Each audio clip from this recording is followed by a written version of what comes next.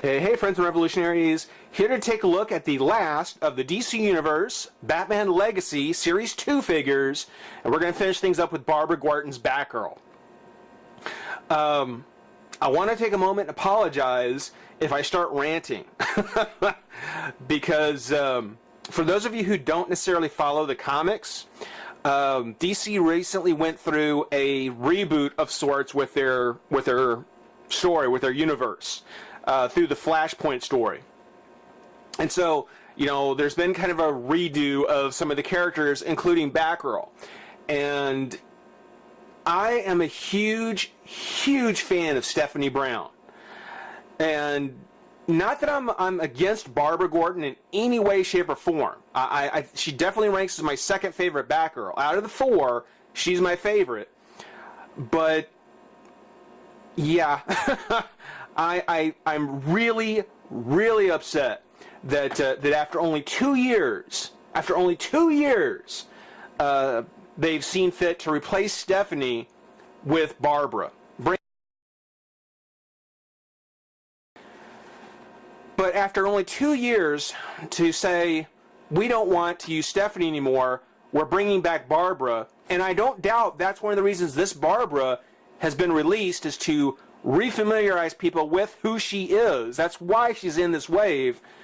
I totally disagree with. I completely disagree with. Mattel could definitely have retooled this figure to do a Stephanie Brown and have us with the new Batgirl, with the Stephanie Brown Batgirl. There was no need for them to bring back Barbara. And yet, that's what's happened. I completely disagree with it. And with that rant, we're moving on to the figure. Okay, so sorry, just had to get that out of my system. We have the Batman Legacy packaging, the traditional packaging. Up at the top, there's the Batman symbol with the DC logo and the Bat Flash, the modern Bat Flash. No cat, because it's Barbara. Got that very nice picture of Barbara Gordon there. And the Batgirl Legacy in the corner. Her first appearance poster. And I think this is really a more accurate kind of Batgirl, especially if you're going to put the Legacy title on it. You know, when you look, yeah, black and yellow were her colors. You know, they've got her in a kind of a black and gold. So I guess this is kind of a in-between sort of thing. We'll have to get her open to see for sure. On the back, there's a larger portrait of her, looking just amazing. Again, I have no problems with Barbara as Batgirl. I think that her time passed. I'm very disappointed that they have brought her back. I wish they had not done this. In her write-up, her secret skilled crime fighter. On her way to a masquerade ball dressed as the female Batman, young Barbara Gordon saves billionaire Bruce Wayne from attempted kidnapping by the villain Killer Moth and his henchmen, the Mothmen. After the heroic rescue, Gordon, daughter of Police Commissioner Jim Gordon, adopts the guise of Batgirl and becomes a skillful crime fighter in her own right. Proficient in karate and judo, eventually she teams up with Robin and the Boy Wonder to help Batman take down the crime syndicate of Gotham City. Yeah, let's just go ahead and just glaze over the whole Killing Joke thing. I know that they're sitting there saying that, oh, well, she's a little more skittish now. You know, there's still some memory of her being shot by the Joker. You know, if anyone's got that issue, the Killing Joke, that is an iconic page. It's an iconic moment of her getting shot. And they're sitting there saying, well, you know, she's a little skittish about that. You know, guns still kind of make her a little skittish. Bull. You basically have put her back in college. You're basically replacing her with Stephanie. You're putting her back in college. You're kind of giving her the same mentality that Stephanie had. It's just now you're bringing back a redhead and getting rid of the blonde. That's what you're doing. And I don't think that's right. I think that robs us of the history of Batgirl and a great character that we had in Oracle. And that's all I'm going to say about that, because we're going to pop open the pack and have some fun. Be right back. Okay, so time to take a look at the figure. Finally.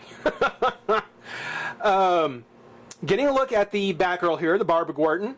I do want to go ahead and make sure to mention that, of course, this is not the first time we've seen this Batgirl. As a matter of fact, this isn't even the second time we've seen this Batgirl. Everything being told, this is, I think, the fourth time that I know of that they've used this mold for Batgirl. This figure, not necessarily Barbara Gordon, but this figure, most of this figure, we've seen now 4 times. The first 2 in the DC Superheroes wave with this Barbara Gordon. A very nice Barbara. A very nice Batgirl. A beautiful Batgirl. In so many ways, just an outstanding figure. I recommend, recommend trying to get her if you can find her.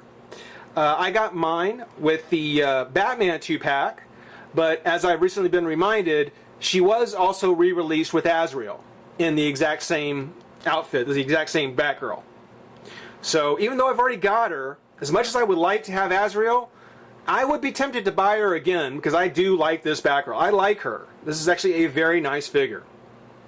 But this would not be the first time we would see it. This is not the last time they would use this mold.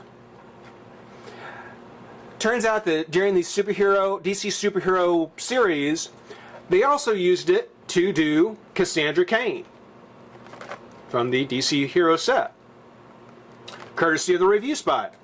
Howdy, Spot. Thank you.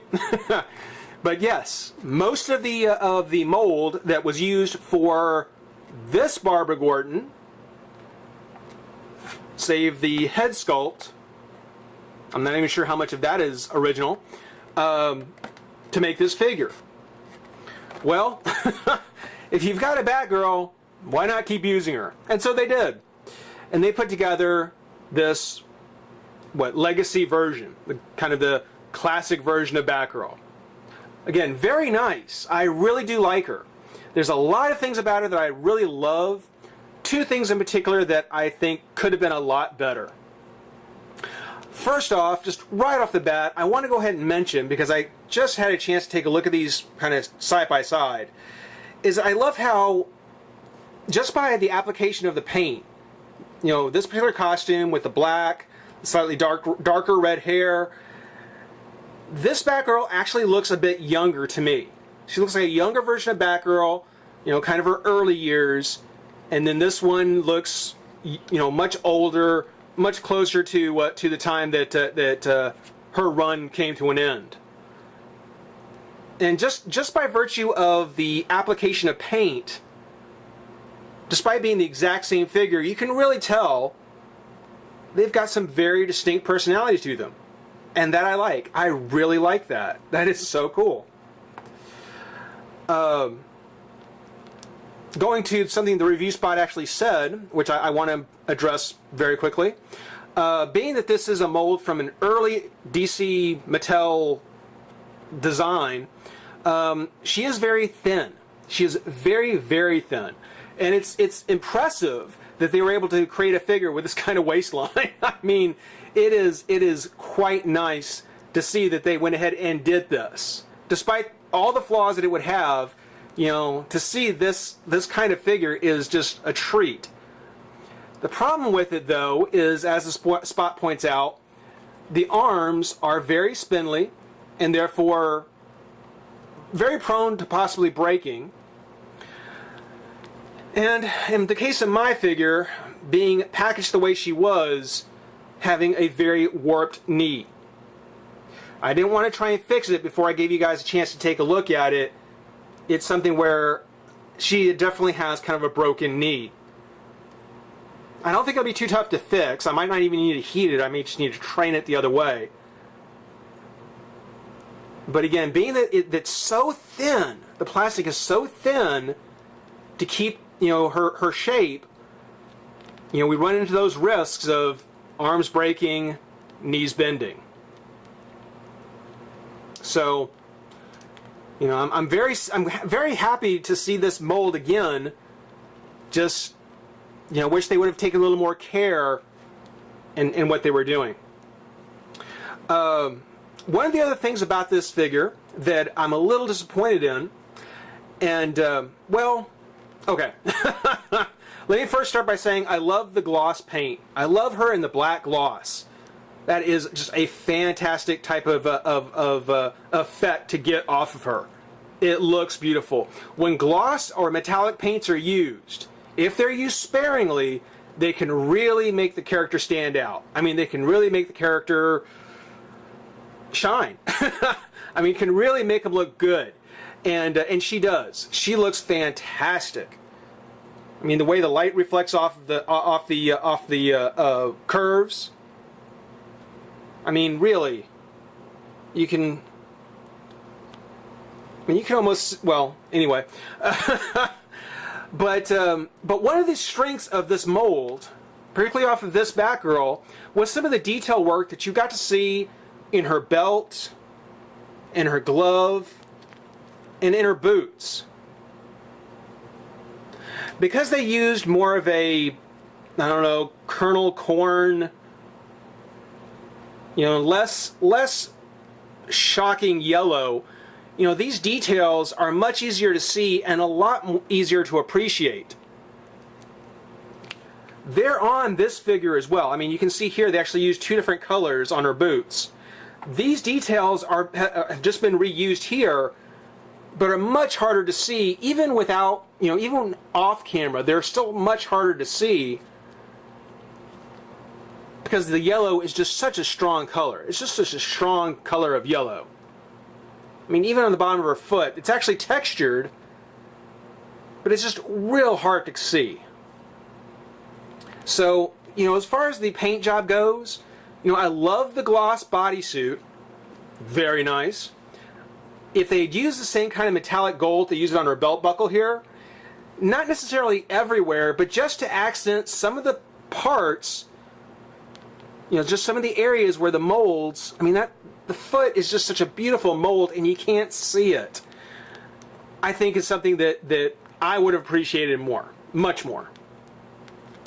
On her articulation, her head does turn left and right. Doesn't have much on the up and down, but left and right just fine. Arm comes up, out, twist at the shoulder, bicep, elbow, and wrist. Crunch works just great. Has a little wiggle in the waist, just a little wiggle. Leg comes out, bend at the thigh, knee, and foot.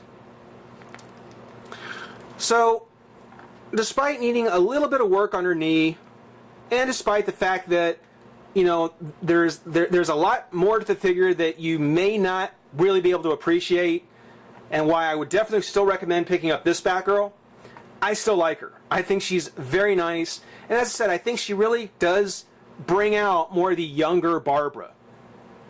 In the way of her accessories, the things she comes with, of course she does come with the kind of silverish pewter base, with the Batgirl sticker. Has the Batman symbol with the DC logo on it. So that's very nice. Her mini poster, as we'll see here, it keeps that shocking yellow, that strong yellow, but not much in the way of gloss. So, you know, it's something where they do gloss black, but flat yellow. Here they have flat yellow, but no gloss. I don't know. But still, a great little mini poster. They didn't give her little purse, her little red purse. That might be something to try and sculpt.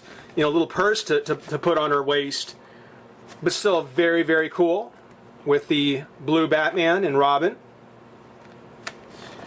Who is she, heroine or villainess? What's her startling secret identity? The $1 million debut of Batgirl from Detective Comics. This pretty much wraps up the Batman Legacy Series 2. We'll get to Series 1 at some point. But good wave. I noticed that with these figures, with the Legacy Series, a lot of people are liking to speculate on who else they should put in there. And I think that should be a bit of a clue to Mattel to keep it going. if people are speculating who to put in the next series, that's your cue to keep making series. So, hope to see a series 3. I'll be there. Rate, comment, subscribe, join the revolution. Hope to see you there too. Bye.